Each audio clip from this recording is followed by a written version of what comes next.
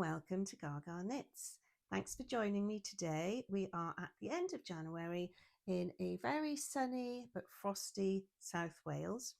I wanted to pop on at the end of the month just to say hello and share what I have been making before we move into February. You might notice this funny little black thing. I've got a new microphone, so I'm hoping that the sound is okay, although I don't really like this stuck on there, but you know, needs must. I hope you've had a nice few weeks since we spoke last. It's been quite busy for me. January is always a busy month in work for us, and also we returned to work to a flood in the office. My office is on 3 floors, and under the sink on the top floor we have a water heater, and the valve or the seal had broken, and it had pumped out water for 8 hours all through the building until the first members of staff turned up, and the whole one side of the building, so the top floor, my office, reception, has all had to be gutted. So we've been moved to the other side of the building and another office off premises, all in January, which is our busy month. So not good, but we're getting there. I'm off today, it's Thursday the 30th, and I'm going to go visit my mum, but I'm back in tomorrow to help out because it's the last day of self-assessment. Those of you in the UK, if you've got your own businesses, will know all about tax returns and the deadline. So I'll be back in for that. But as it's a nice day, I thought I would just come on quickly to share what I've been making in January. And my daughter Jodie has requested this kind of video today, so I don't know if it's going to work. And she enjoyed my last one about the day in the life, when I showed what I did around the house on my day off. And she said, why don't I try and do something a little bit like that with my crafts? So basically, I'm going to share some knitting, crochet and sewing projects, but sort of from beginning to end. So put little bits of videos together and put them in here. So I'm going to do that. So the first one is I knitted a pair of baby socks, and one of my lovely viewers here asked if I would show how I knit with my DPNs. So I've also put that in. So I will insert the video for that first here. I was asked by Debbie to share how I knit and hold my DPNs. I hold my needles like this, resting on the joint of my thumb. I don't knit holding over the top, I knit underneath. I use 3 needles because I find that easier to manage than 4. I'll try and show you from this angle, but I am wrapped around my tripod, so it might wobble a bit.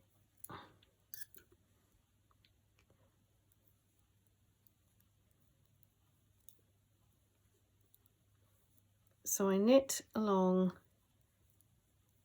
the one needle,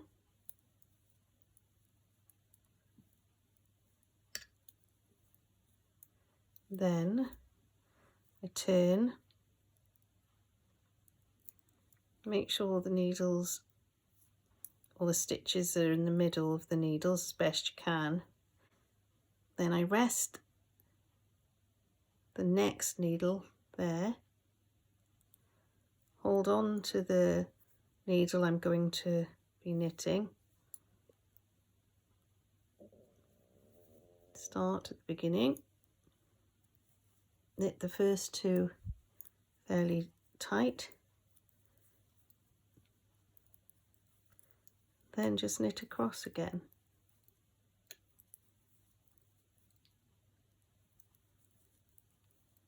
It's just practice like anything. That's how I seem to do it. It seems to be okay. The beginning, the starting, the casting on, and the first few rows are the fiddliest, but once you get going, I prefer DPNs now to magic loop, and those 9-inch circlers, I don't get on with those because I think you're better with those if you hold the needles like that, but I don't. I rest mine in the groove in my thumb, like I say. So I find this way easier. I hope that helps Debbie. And you can't hear my tummy making funny gurgling noises.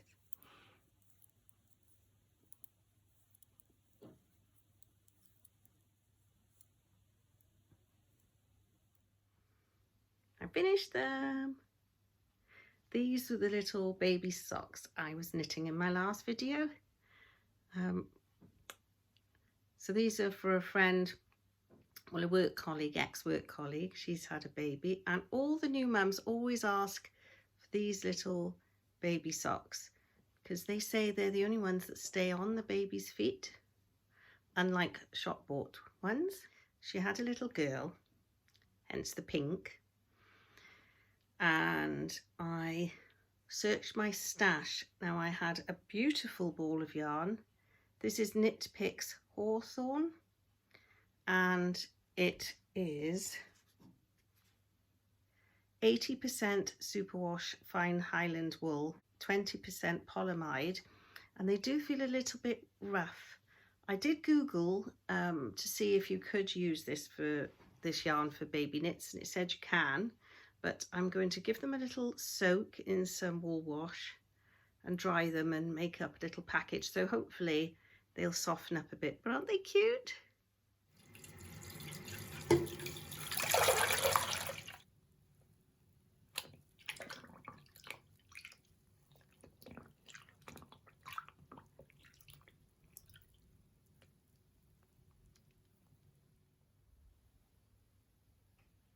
The socks are lovely and soft now after their soak, which is good. And I've got a baby card and a new book for the new baby's big brother. So I'm going to wrap those up, post them off today.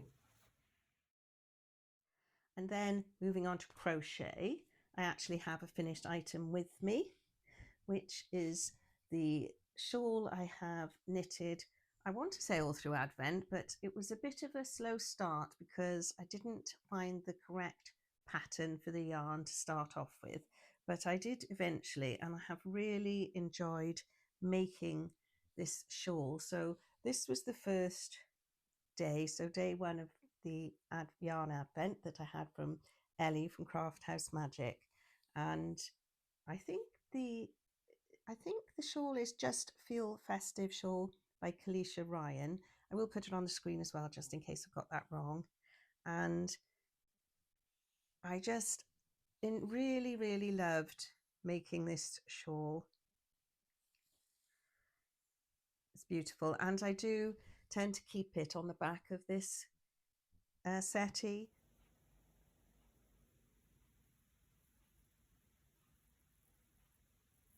And I haven't actually worn it yet, but I am planning to take it away when we go away in the camp pod, because I think it'll be nice and snuggly as a shawl, but also as a sort of mini lap blanket. So that's very nice. And talking of Saren, the camp pod, my other crochet project, I have been crocheting lots and lots of little stars, which were from a tutorial by Mary Matthews Handmade. So that's really good tutorial. She does some very nice ones if you're learning to crochet, or even if you're an experienced crocheter. She does lots of little patterns, and she records the whole thing. So if you want to make anything crochet and you're looking for inspiration, go over to her channel, which I will try and link in the description box below for you. And so I made lots of little stars, and I turned them into a mobile to use when we go away in the camp pod. There is an awning that you can roll out from the side. Now my camp pod's beautiful, lovely powder blue, but the awning is just grey, standard grey, so it's a little bit boring, and it should come out with some legs, and I'm going to hang the mobile on the end of one of those just to brighten it up a little bit. So I will insert the video here I have made of that.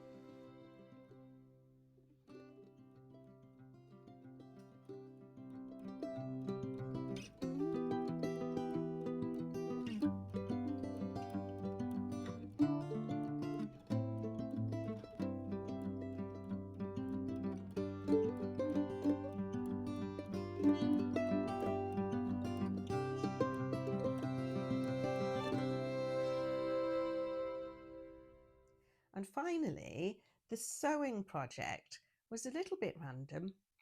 So my neighbour came around the other day to ask me a favour. Would I make something for him following something else he'd already had, which was a bit strange, but you know, I'll take on the challenge.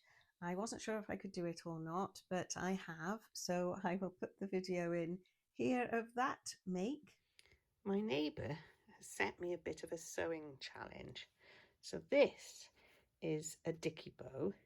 This is the original one, and he had this one made and he would like another one, and he's asked me to do it. These are the two ties he has given me. I've made a template and gave it a 1/4 inch seam allowance. A tie has quite a lot of fabric in it when you open it up. 4 pieces cut out. I've sewn the 2 ends and one side, and I've had to pin the other, otherwise I wouldn't have been able to pull these through. And now I'm going to have to blind sew all along there, and my hand stitching is not the best.